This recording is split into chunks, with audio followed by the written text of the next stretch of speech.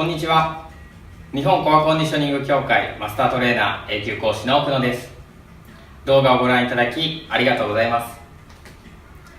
私は現在パーソナルトレーナーとして活動していますが、姿勢の改善、引き締めのためのエクササイズ指導を行っています。この指導の際に土台となっている考え方がコアコンディショニングです。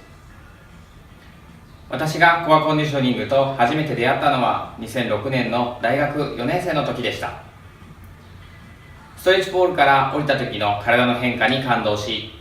当時フィットネスクラブでアルバイトをしていた私は、自分自身のウェイトトレーニングの前にベーシック7を取り入れるようになりました。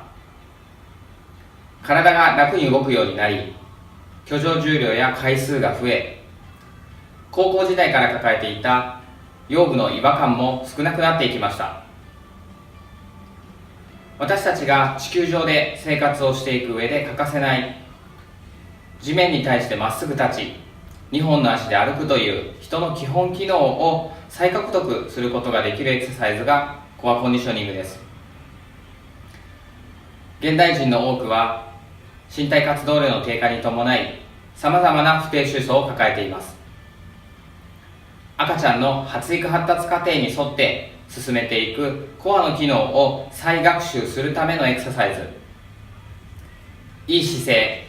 いい動きを獲得するための土台を作るコアコンディショニングをぜひあなたの指導現場でも活用していただければ嬉しいです。 B ステーションではベーシック7をはじめとしたベーシックシリーズ、次のステップのアドバンストシリーズ、そしてマスターシリーズやスポーツシリーズ、姫トレやスイングストレッチなど